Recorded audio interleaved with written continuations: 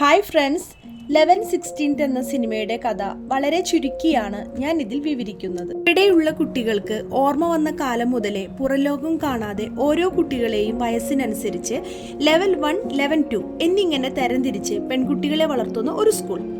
ഈ സ്കൂളിന്റെ പ്രത്യേകത എന്ന് പറയുന്നത് ക്ലീൻ ആയിരിക്കണം, ഭംഗിയുണ്ടാവണം, പിന്നെ നല്ല ആരോഗ്യത്തോടെ ഇരിക്കണം. ഈ സ്കൂളിൽ പഠിക്കുന്ന നമ്മുടെ ഹീറോയിൻക്ക് ഇവിടെ നടക്കുന്ന തെറ്റായ കാര്യങ്ങൾ കണ്ടുപിടിക്കുന്നതാണ് ഈ സിനിമയിൽ പറയുന്നത്. അപ്പോൾ നമുക്ക് കഥയിലേക്ക് കടക്കാം. വെൽക്കം ബാക്ക് ടു വഴി അറിയാതെ വിധി അറിയാതെ. ആദ്യത്തെ സീനിൽ ഒരു ഹോസ്റ്റൽ പോലെയുള്ള ഒരു സ്ഥലമാണ്. അവിടെ ലെവൽ 10 ഫ്ലോർ ആണ് കാണിക്കുന്നത്. അതിൽ 2 ചെറിയ കുട്ടികൾ അവരുടെ ഫ്യൂച്ചറിനെ പറ്റി സംസാരിക്കുന്നുണ്ട്. നമ്മൾ ലെവൽ 16 കഴിഞ്ഞാൽ നമുക്ക് നല്ല പാരൻസിനെ ഇവർ തരും, അതിനുശേഷം നല്ല സന്തോഷമായിരിക്കാം എന്നൊക്കെ പറഞ്ഞുകൊണ്ടിരിക്കുമ്പോഴാണ് അലാം അടിയുന്നത്. പെട്ടെന്ന് തന്നെ ആ കുട്ടികൾ ബെഡിൽ കിടക്കാൻ പോവും. ഈ സ്കൂളിൽ വളരെ സ്ട്രിക്റ്റായ റൂൾസാണ് അവർ ഫോളോ ചെയ്യുന്നത്. അതിനേക്കാൾ സ്ട്രിക്റ്റായ വിഷയം എന്ന് പറയുന്നത് നല്ല ക്ലീനായി ഓരോരുത്തരും ഇരിക്കേണ്ടതാണ്. ഇവിടെ ഫുൾ ക്യാമറ സെറ്റ് ചെയ്ത് വെച്ചിട്ടുണ്ട്. എല്ലാ ദിവസവും രാവിലെ ക്യാമറയുടെ മുന്നിൽ വന്ന് ഗ്രീൻ ലൈറ്റ് കത്തിയാൽ മുഖം കഴുകി ബ്രഷ് ചെയ്തിട്ട് വേണം അവിടെ നിന്ന് പോവാൻ. അത്രയും നീറ്റായിരിക്കണം. അപ്പോഴാണ് ആ സമയത്ത് സോഫിയ എന്ന കുട്ടിയുടെ സോപ്പ് പെട്ടി നിലത്ത് വീഴുന്നത്. ആ കുട്ടിക്ക് കണ്ണ് ശരിക്ക് കാണുന്നില്ല. ആ സോപ്പ് പെട്ടി ആ കുട്ടിക്ക് എടുക്കാൻ പറ്റാതെ കഷ്ടപ്പെടുന്നത്. ഈ സമയത്ത് നമ്മുടെ വിവിൻ, അതായത് നമ്മുടെ ഹീറോയിൻ, അവളുടെ മുഖം കഴുകിക്കൊണ്ടിരിക്കുകയായിരുന്നു. ഇത് കണ്ടതും അവൾ മുഖം കഴുകാതെ അവൾ സോഫിയയുടെ അടുത്തേക്ക് ഓടിപ്പോയി. പെട്ടെന്ന് റെഡ് അലാം അടിക്കാൻ തുടങ്ങി. അത് അടിക്കാൻ ആരംഭിച്ചതും അവിടെയുള്ള ഗാർഡ്സ് ഓടി വന്ന് വിവിനെ പിടിച്ച് വലിച്ചു കൊണ്ടുപോയി. സോഫിയ, നീ എന്നെ സപ്പോർട്ട് ചെയ്യ് എന്ന് പറയുന്നുണ്ട്. അവൾ ഒന്നും അറിയാത്ത പോലെ അവിടെ നിൽക്കുന്നുണ്ട്. ഇപ്പോൾ 5 വർഷം കഴിഞ്ഞ് ഒരു സെറ്റ് ഗേൾസ് ചേർന്ന് ഒരു ഫിലിം കാണാൻ ഇരിക്കുന്നുണ്ട്. അതിൽ ഒരു പെണ്ണ് പറയുന്നുണ്ട്, ക്ലീനായ പെണ്ണിനെ സുന്ദരിയായി ഇരിക്കാൻ പറ്റൂ, ക്ലീൻ ആയാലേ നമുക്ക് ആരോഗ്യത്തോടെ ഇരിക്കാൻ പറ്റൂ എന്നൊക്കെ പറയുന്നുണ്ട്. ബട്ട് ആ സീൻ വന്നതും ഫിലിം കട്ടായി പോകുന്നു. അത് കാണുമ്പോൾ ക്ലീറ്റ എന്നൊരു പെണ്ണ് ചോദിക്കും, എന്തു പറ്റിയ വീഡിയോയ്ക്ക്, എന്താണ് ഇങ്ങനെയാവുന്നത്? അപ്പോൾ തൊട്ടടുത്ത പെണ്ണ് പറയും, ഇതുപോലുള്ള കാര്യങ്ങൾ നമ്മൾ ഇവിടെ സംസാരിക്കരുതെന്ന് പറഞ്ഞിട്ടില്ലേ എന്ന്. അപ്പോൾ മറ്റുള്ള കുട്ടികൾ തലകുനിച്ച് നിൽക്കും. പിന്നെയും വീഡിയോ സ്റ്റാർട്ടാവും. ഇപ്പോഴാണ് നമ്മുടെ ഹീറോയിനെ കാണിക്കുന്നത്. ഇപ്പോൾ ഇവർക്ക് 15 വയസ്സ് കഴിഞ്ഞ് 16 വയസ്സിലേക്ക് കടക്കാൻ പോകുന്നു. നെക്സ്റ്റ് സീനിനെ ഉറങ്ങുന്നതിനുള്ള ടൈമാണ് കാണിക്കുന്നത്. ബട്ട് നമ്മുടെ ഹീറോയിൻ മാത്രം ഉറങ്ങാതെ തലയിൽ വെച്ച ക്ലിപ്പ് ഉപയോഗിച്ച് എന്തോ ഡേറ്റ് മെൻഷൻ ചെയ്യുന്നുണ്ട്. പിന്നെ കാണിക്കുന്നത് ബ്രെക്സിൽ എന്ന ഒരു ലേഡിയെയാണ്. അവൾ വളരെ സ്ട്രിക്റ്റ് ആണ്. അവർ ആ കുട്ടികളോട് പറയും, ഇപ്പോൾ നിങ്ങൾ ലെവൽ 15 കഴിയാൻ പോവുകയാണ്, പിന്നെ നിങ്ങൾ ലെവൽ 16 പോവും, അത് കഴിഞ്ഞാൽ നിങ്ങൾക്ക് നല്ല പാരൻസിനെ കിട്ടും എന്നൊക്കെ പറയുമ്പോൾ ആ കുട്ടികളെല്ലാം നല്ല ഹാപ്പിയാവും.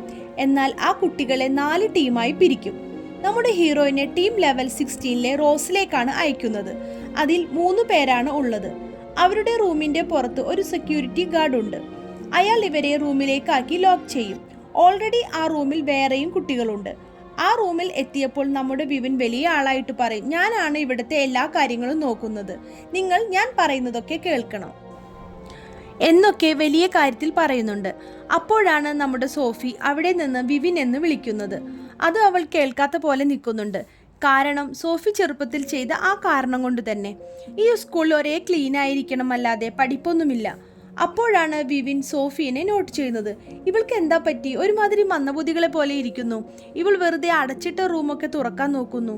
അതിനുശേഷം ക്യാമറയ്ക്ക് അറിയാതെ സോഫി വിവിൻ്റെ അടുത്തേക്ക് വന്ന്, ഞാൻ ചെറുപ്പത്തിൽ നിന്നോട് ചെയ്തത് തെറ്റാണെന്ന് പറയുമ്പോഴേക്കും, നീ എനിക്ക് വൃത്തിയില്ല എന്നൊന്നും പറയണ്ട എന്ന് വിവിൻ സോഫിയോട് പറയുമ്പോഴാണ് അസംബിൾ ചെയ്യാനുള്ള അലറടിയുന്നത്.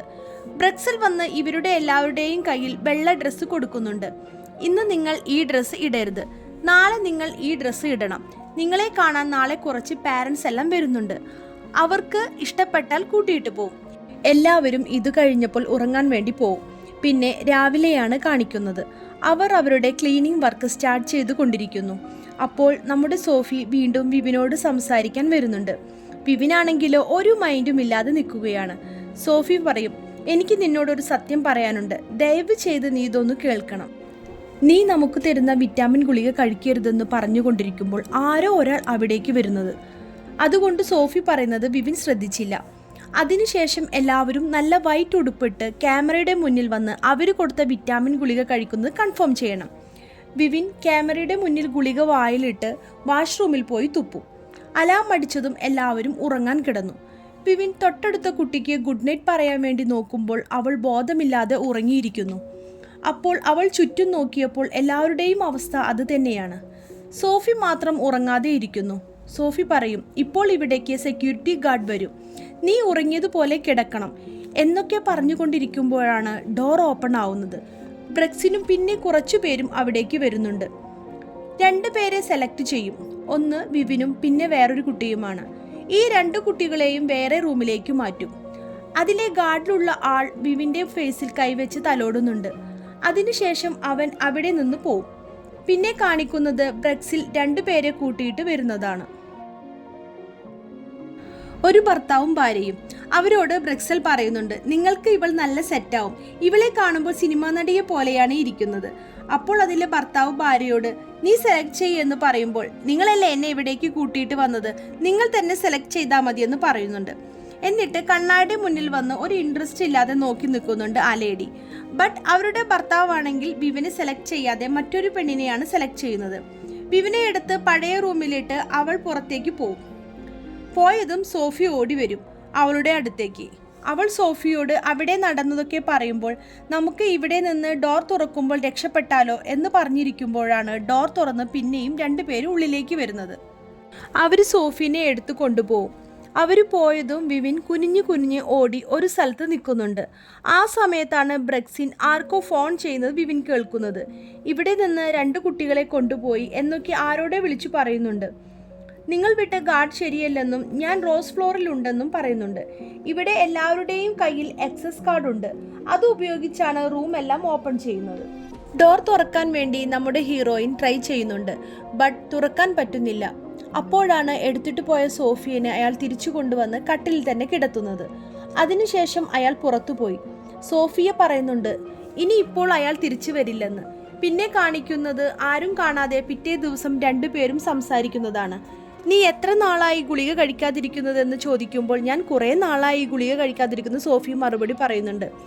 നീ എന്തിനാ ഇങ്ങനെയൊക്കെ ചെയ്യുന്നതെന്ന് ചോദിക്കുമ്പോൾ സോഫി പറയും, നിനക്കൊന്നും അറിയില്ല ഇവർ ചെയ്യുന്നതൊന്നും, നീ അവർക്ക് സപ്പോർട്ട് ചെയ്യണ്ട, ഇവിടെ എന്തൊക്കെ നടക്കുന്നത് ഞാൻ പോയി എല്ലാ ഗേൾസിനോടും പറയാൻ പോവുകയാണ് എന്ന് പറയുമ്പോൾ, നീ പൊട്ടത്തരമൊന്നും ചെയ്യല്ലേ, അവസാനം നിനക്കാവും പ്രശ്നമെന്ന് വിവിൻ പറഞ്ഞു കൊടുക്കുന്നുണ്ട്.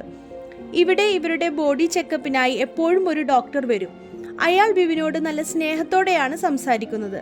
അവളോട് പറയും, പുറത്ത് ഒരുപാട് പകർച്ചവ്യാധികൾ പകർന്നു വരുന്നുണ്ട്, അത് വരാതിരിക്കാൻ ഞാൻ നിനക്കൊരു ഇഞ്ചക്ഷൻ എടുക്കുന്നുണ്ട് എന്ന് പറഞ്ഞ് അവളുടെ കയ്യിൽ കുത്തിവെക്കും. നിനക്ക് വേറെ സ്കിൻ പ്രോബ്ലം വല്ലതുണ്ടോ എന്ന് ചോദിക്കുമ്പോൾ അവൾ പറയും, എൻ്റെ പുറത്ത് ചെറിയ സ്കിൻ റാഷസ് ഉണ്ടെന്ന് പറഞ്ഞ് കാണിച്ചു കൊടുക്കുന്നുണ്ട്. അയാൾ പറയും, ഇത് പുറത്തായതുകൊണ്ട് കുഴപ്പമില്ല, മുഖത്താണെങ്കിൽ വലിയ പ്രശ്നമാണ് എന്നൊക്കെ പറഞ്ഞ് മരുന്ന് കൊടുത്ത് പറഞ്ഞയക്കും. പിന്നെ കാണിക്കുന്നത് നൈറ്റാണ്. ഇവർ സിനിമ കാണാനിരിക്കുന്നതാണ്. എപ്പോഴും ഒരേ സിനിമ തന്നെയാണ് വെച്ചു കൊടുക്കുന്നത്. ഇപ്പോഴാണ് വിവിൻ നോക്കുന്നത് നമ്മുടെ സോഫി നല്ല ക്ഷീണിച്ചിരിക്കുന്നതായിട്ട്. രാത്രി കിടക്കാൻ പോകുമ്പോൾ 2 പേരും സംസാരിക്കും. എന്തിനാണ് നമുക്ക് നൈറ്റ് ഒരു ഗുളിക രാത്രി കിടക്കാൻ പോകുമ്പോൾ വൈറ്റമിൻ ഗുളിക എന്ന് പറഞ്ഞ് കഴിക്കാൻ തരുന്നതെന്ന്. അവൾ പറയും, അത് വൈറ്റമിൻ ഗുളികയല്ല, ഉറങ്ങാനുള്ള ഗുളികയാണ്. ഇത് ഞാൻ മറ്റു കുട്ടികളോട് പറയട്ടെ എന്ന് ചോദിക്കുമ്പോൾ, നീ ഇപ്പോൾ നിന്റെ കാര്യം നോക്കിയിരിക്കെ എന്നൊക്കെ വിവിൻ പറയുന്നുണ്ട്. പിറ്റേ ദിവസം വിവിൻ ഡോക്ടറെ കാണാൻ പോകുന്നുണ്ട്. അവളെ കണ്ടപ്പോൾ ഡോക്ടർ ചോദിക്കും, എന്തിനാ നീ വന്നത്? അവൾ പറയാൻ വന്ന കാര്യം പറയാതെ വേറെ എന്തൊക്കെയോ പറയും. ഡോക്ടർക്ക് തോന്നും, മറ്റു കുട്ടികളെല്ലാം ഒരു മന്ദഗതിയിൽ ഇരിക്കുമ്പോൾ ഇവൾക്കൊരു കുഴപ്പമില്ലാതെ ഇരിക്കുന്നുണ്ടല്ലോ എന്ന്.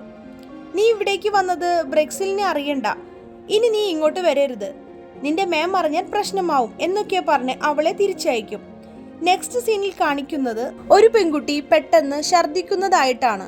അപ്പോൾ മറ്റു കുട്ടികൾ എല്ലാവരും പറയും, നീ ക്ലീൻ അല്ലാത്തത് കൊണ്ടാണ് ഛർദ്ദിച്ചത്, പെട്ടെന്ന് മാമിനെ വിളിക്കാം എന്ന് പറയുമ്പോൾ വിവിൻ പറയും, നിങ്ങളൊന്നും മിണ്ടാതിരിക്കേ, അവൾക്കൊരു കുഴപ്പവുമില്ല, അവൾ നന്നായിട്ട് തന്നെയാണ് ഇരിക്കുന്നത്. അവൾ ആ കുട്ടിയെ ഡോക്ടറുടെ അടുത്തേക്ക് കൊണ്ടുപോകും. അയാൾ അവൾക്ക് പിന്നെയും ഒരു ഇഞ്ചക്ഷൻ ചെയ്തിട്ട് പറഞ്ഞയക്കും. റൂമിൽ വന്ന് കൈ നോക്കുമ്പോൾ ഞരമ്പെല്ലാം ഒരു ജാതിയായി ഇരിക്കുന്നുണ്ട്. സോഫി അത് കണ്ട് പേടിക്കും. അവൾ വേഗം വന്ന് വിവിന്റെ കൈ കാണിക്കാൻ പറയും. അവളുടെ കൈയും ഇതുപോലെ തന്നെയാണ് ഇരിക്കുന്നത്. സോഫി, നീ എന്തിനാ എല്ലാത്തിനും ഇങ്ങനെ ഓരോന്നും വിചാരിക്കുന്നത്?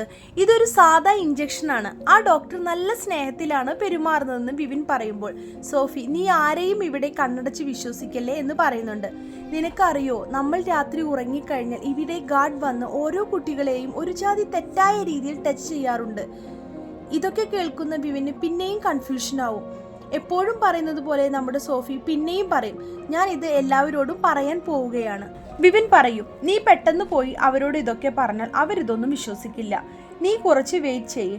വിവിൻ നമ്മുടെ ഡോക്ടറെ കാണാൻ പിന്നെയും പോവും. ഡോക്ടറോട് അവിടെയുള്ള കാര്യങ്ങൾ പറയുമ്പോൾ അയാൾക്ക് തോന്നും, മറ്റുള്ള കുട്ടികളിൽ നിന്ന് ഇവൾ കുറച്ച് പ്രശ്നമാണല്ലോ എന്ന്. അവളോട് പറയും, നിനക്ക് കുഴപ്പമൊന്നുമില്ല, നല്ല ആക്റ്റീവ് ആവാൻ വേണ്ടി ഞാൻ ഒരു ഇഞ്ചക്ഷൻ ചെയ്യാമെന്ന് പറഞ്ഞ് അയാൾ മരുന്ന് എടുത്തുകൊണ്ടിരിക്കുമ്പോൾ അവൾ പറയും, ഞങ്ങളുടെ മാമും അവിടെയുള്ള ഗാർഡും ശരിയില്ലെന്ന് പറയുമ്പോൾ ഡോക്ടർ പെട്ടെന്ന് ഞെട്ടും. ഡോക്ടർ ചോദിക്കും, നീ രാത്രി തരുന്ന വിറ്റാമിൻ ഗുളിക കഴിക്കുന്നില്ലേ എന്ന്.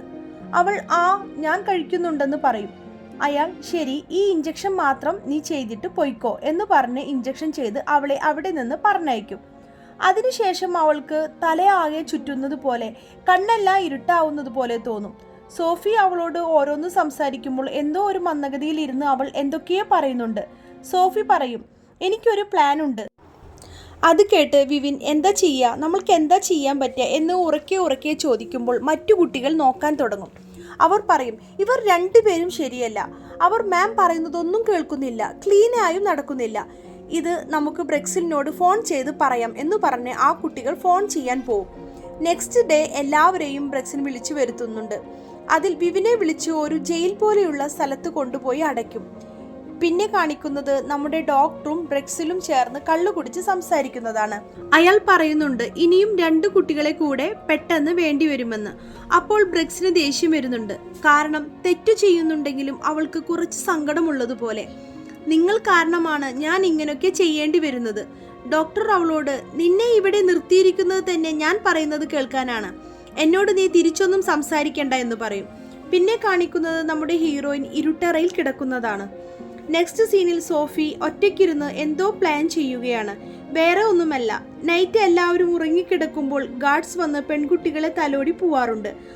ആ സമയത്ത് അവരെ അടിച്ച് അവരുടെ കയ്യിൽ നിന്ന് ആക്സസ് കാർഡ് എടുക്കണം. അങ്ങനെ ഇരിക്കുമ്പോഴാണ് ഒരു ഗാർഡ് വന്ന് ഒരു പെൺകുട്ടിയെ തലോടുന്നത്.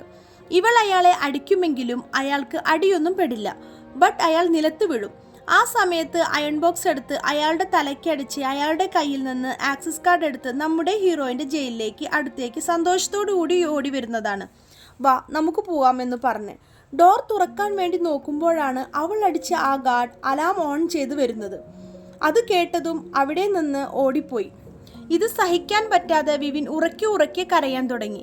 പിന്നെ കാണിക്കുന്നത് ബ്രെക്സൽ എല്ലാ കുട്ടികളെയും വിളിച്ച് അവരെ ചോദ്യം ചെയ്യുന്നതാണ്. നമ്മുടെ ഇവിടുത്തെ ഒരു കുട്ടി മിസ്സിംഗ് ആണ്. അവൾ ഇവിടെയുള്ള റൂമിന്റെ ആക്സസ് കാർഡ് എടുത്താണ് പോയിട്ടുള്ളത്. നിങ്ങൾക്ക് അതിനെക്കുറിച്ച് അറിയുമോ എന്നൊക്കെ വളരെ ദേഷ്യത്തോടു കൂടി ചോദിക്കുന്നുണ്ട്. അപ്പോഴാണ് വിവിന് മനസ്സിലാവുന്നത് സോഫി ഇവിടെ നിന്ന് പോയെന്ന്. അന്ന് വരെ കുട്ടികളോട് പുറത്ത് ദേഷ്യം കാണിക്കാത്ത ഡോക്ടർ വളരെ ദേഷ്യം പിടിച്ച് സംസാരിക്കുന്നുണ്ട്. ഇനി എല്ലാവരും നിർബന്ധമായും ടാബ്ലറ്റ് കഴിക്കണമെന്ന് പറഞ്ഞ് കുട്ടികളെ കൊണ്ട് ഗുളിക കഴിപ്പിക്കും. പാവം നമ്മുടെ ഹീറോയിൻ, അവളും ആ ഗുളിക കഴിക്കേണ്ടി വന്നു. പിന്നെ കാണിക്കുന്നത് ഉറങ്ങുന്ന സീനാണ്. ഇവൾക്ക് ഉറക്കം വരുന്നുണ്ടെങ്കിലും ഉറങ്ങാതിരിക്കാൻ പരമാവധി ശ്രമിക്കുന്നുണ്ട്. ഈ സമയത്ത് അവൾക്ക് ദേഷ്യം വന്ന് ബെഡ്ഷീറ്റ് എല്ലാം വലിച്ചു നീക്കുന്നുണ്ട്. അപ്പോഴാണ് അവൾക്ക് സോഫിയയുടെ കയ്യിലുള്ള കാർഡ് കിട്ടുന്നത്.